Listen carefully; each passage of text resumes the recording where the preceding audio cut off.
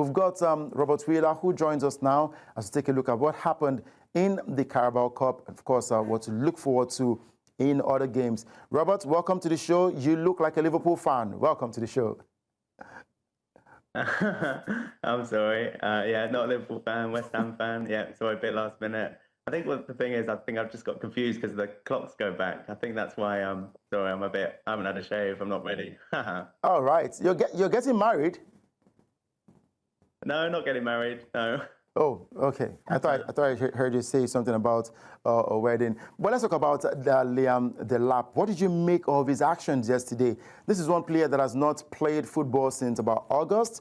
He makes a return to the league, and in 7 minutes, he gets 2 yellow cards and gets sent off from that game between Chelsea and Wolves, which his manager has tagged as quite a stupid card. Yes, I think it's unfortunate for Liam Delap because he's been injured and now he finally gets his chance in the League Cup and he gets sent off. I mean, 2 yellow cards in quick succession. I mean, yeah, it's unfortunate for the player. He's such a young player, though. I think he'll learn. All right, and of course, let's quickly take a listen to Maresca, what he said in his post-match conference about the yellow card and his players getting red carded in certain games. Let's listen to him. Happy first half, very upset second half. This is the analysis of my personal view of the game. I think first half we were very, very good. It's always complicated to go away and score 3 goals. We were playing nice football, create chances. We didn't concede nothing, and second half we were not doing the right things. Probably the first goal we conceded open a little bit the game, give them the boost, the energy to come back in the game. And then the 3 goals we concede, I think all of them we can avoid.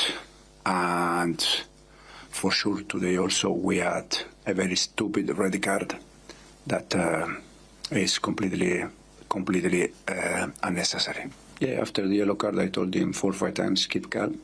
But Liam is a player that when he's inside the pitch probably is a little bit playing the game for himself, and he struggled to realize and to listen around him. Now, Robert, I'd like to ask, do you think that it was okay for Maresca to go all out to say the way he said it, putting it bare with his words out there during his press conference? Was it okay for him to do that? But, you know, you want your managers really to maybe blast you in the changing rooms and not in public in front of the media. I think he probably should have backed him and just said, oh, he's a young player, he will learn from this. I mean, Chelsea still got the victory. It was an exciting game, 4-3 win over the Wolves. So, yeah, you don't really want your manager to be blaming you in public. You want them to give them support in public and maybe give him a telling off in the dressing room and keep that in the dressing room, I think. Right, you know, I think another pain Maresca felt right there before he said what he said was the fact that he had warned Delap after the first yellow card. He has warned him to control his emotions. But again, he also went on to say that Delap is the kind of player who, whenever he's playing, he really doesn't listen to another person. So he had warned him, but again, he still went on to get that second yellow card, which could have cost them the game because at some point in the first half, it was 3-0. Now, for that game to end 4-3, Chelsea didn't feel like they won that game on merit because if there was an extra 3, 4, 5 minutes that was given in that game, it felt like Wolves would have recovered and equalized in that encounter. So for Maresca, he was really, really angry with the fact that game in, game out, they always get red carded as Chelsea. Yes, I mean, well, Chelsea, you know, they spent big. They've got a big squad. I mean, but they're only 9th in the Premier League, and Enzo Maresca is probably feeling the pressure. I mean, there's been talk of rumours that he may be replaced in the future. I saw a rumour today that Antonio Raiola could replace him, and possibly Enzo Maresca is feeling that pressure, and that's why he has had this outburst in public.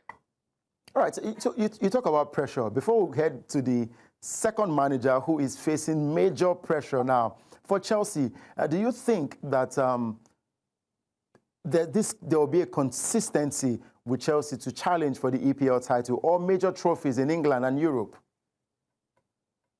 Yeah, I think they're way off it right now. I think they're already 8 points behind Arsenal. So, Yeah, so with the money they spent, they should be, but yeah, not quite. It's sort of even Liverpool, they don't really look like challenging Arsenal right now. So yeah, it's possibly Arsenal's to lose this season at least. All right.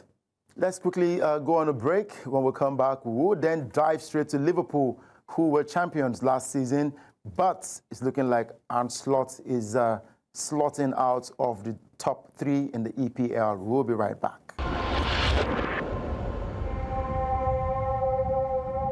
All right, great to still have you with us. It is still in the game on News Central TV. We're still talking about the Carabao Cup that happened yesterday, games that went down, most especially Liverpool. And I've still got my guest, Robert Wheeler, who joins us as we take a look at Arne Slot and Liverpool. Now the team and manager, they're undergoing a lot of pressure after Liverpool suffered a 6th defeat, and the recent one coming in the hands of Crystal Palace, losing that game 3-0. And at this, their 6th defeat in 7 games, which makes it their worst run in 16 years. Now, Slot, who succeeded Jurgen Klopp and delivered a record equaling 20th league title just months ago, fielded a weakened team in the latest loss, resting key players including Mohamed, Salah, Virgil van Dijk, Dominic Szoboszlai.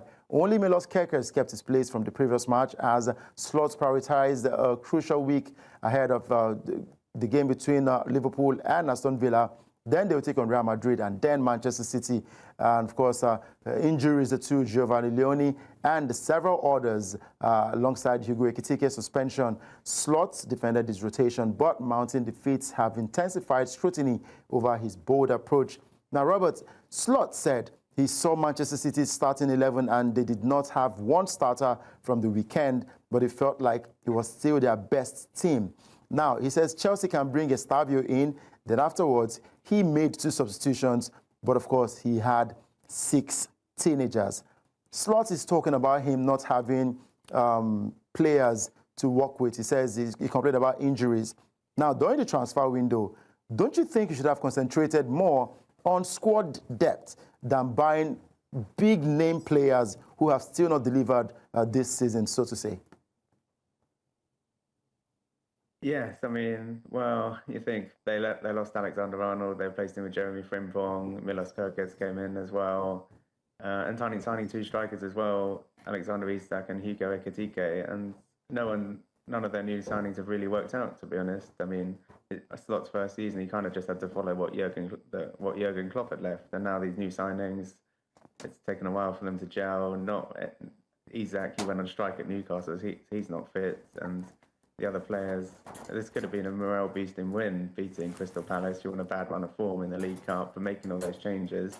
It's another defeat, and which will heap even more pressure on Slot. But they do have tough games coming up. Aston Villa on the weekend, Real Madrid in the Champions League midweek, and then Manchester City the following weekend. So yeah, the pressure is just mounting even more on Arne Slot. Right, again, a couple of fans were asked if there's a crisis at Liverpool. And most of them have said, no crisis yet. Manchester City went through something like this. They kept on losing games, but they've still not gotten, there's no consistency in Manchester City's wins. We've seen Chelsea go through this part. We've seen Arsenal struggle a whole lot. We've seen Manchester United being the major culprit in this one. But Ruben Amorim seems to have his team back, winning 4 games in a row. But should we call this a crisis at Liverpool? I guess time will tell. I mean, if Slot's plan works out and they may have been gone out of the League Cup, if they beat Aston Villa, get a result against Real Madrid and then Manchester City, I think Slot's just prioritising those games rather than the League Cup. You get lots of coaches from abroad not really playing weakened sides in the League Cup anyway. But yeah, it would depend. Time will only tell. It could just be a blip, or maybe not. But it's not just. He's just obviously prioritising the Premier League and the Champions League, but they look out of the title race already and don't look like a team that can win the Champions League. So the domestic cups could have been Slot's only option for silverware this season. All right. Slot in or Slot out? Which of them? Yeah, well, I think you just got to give him time, haven't you? I mean, it's never nice to see managers just lose their job after a few poor results. I mean, they've obviously spent money and the pressure's on him, but you've got to give him time. I mean, it's a blip. We'll see. But yeah, I think they'll stick with him after what he did with them last season, winning the title. They'll give him much more time, I'm sure. All right, for the results, Arsenal defeated Brighton 2-0.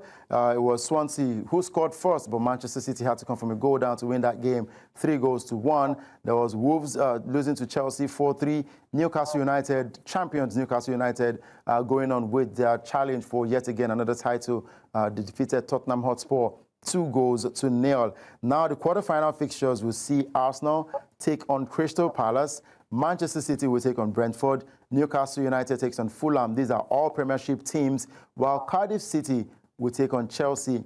What do you make of these quarterfinal fixtures? Yeah, I think they're all quite interesting.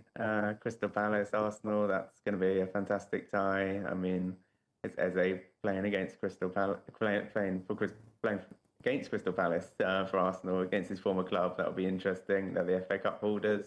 It's also good to see all the lower league teams in, like Cardiff City. They've got history in the competition. They got to the final in 2012. And so it'll be interesting to see them face Chelsea as well. All right. Of course, away from the quarterfinals now, going straight to the finals, who do you see in the finals and probably winning the trophy? Yeah, so I think, Chelsea have got a good draw playing the team one below, but Newcastle are still in it. They're playing Fulham. They're the defending champions. We'll see. Maybe possibly a Newcastle-Arsenal final. I think that would be a good one.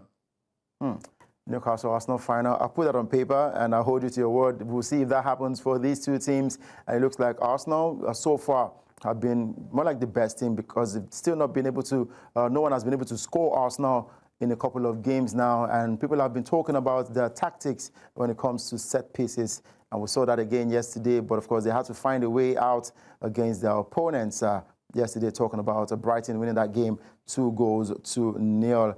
I say thank you very much, Robert, for joining the show today. Always a pleasure having you on the show. Thank you for joining. Thanks very much. Always a pleasure.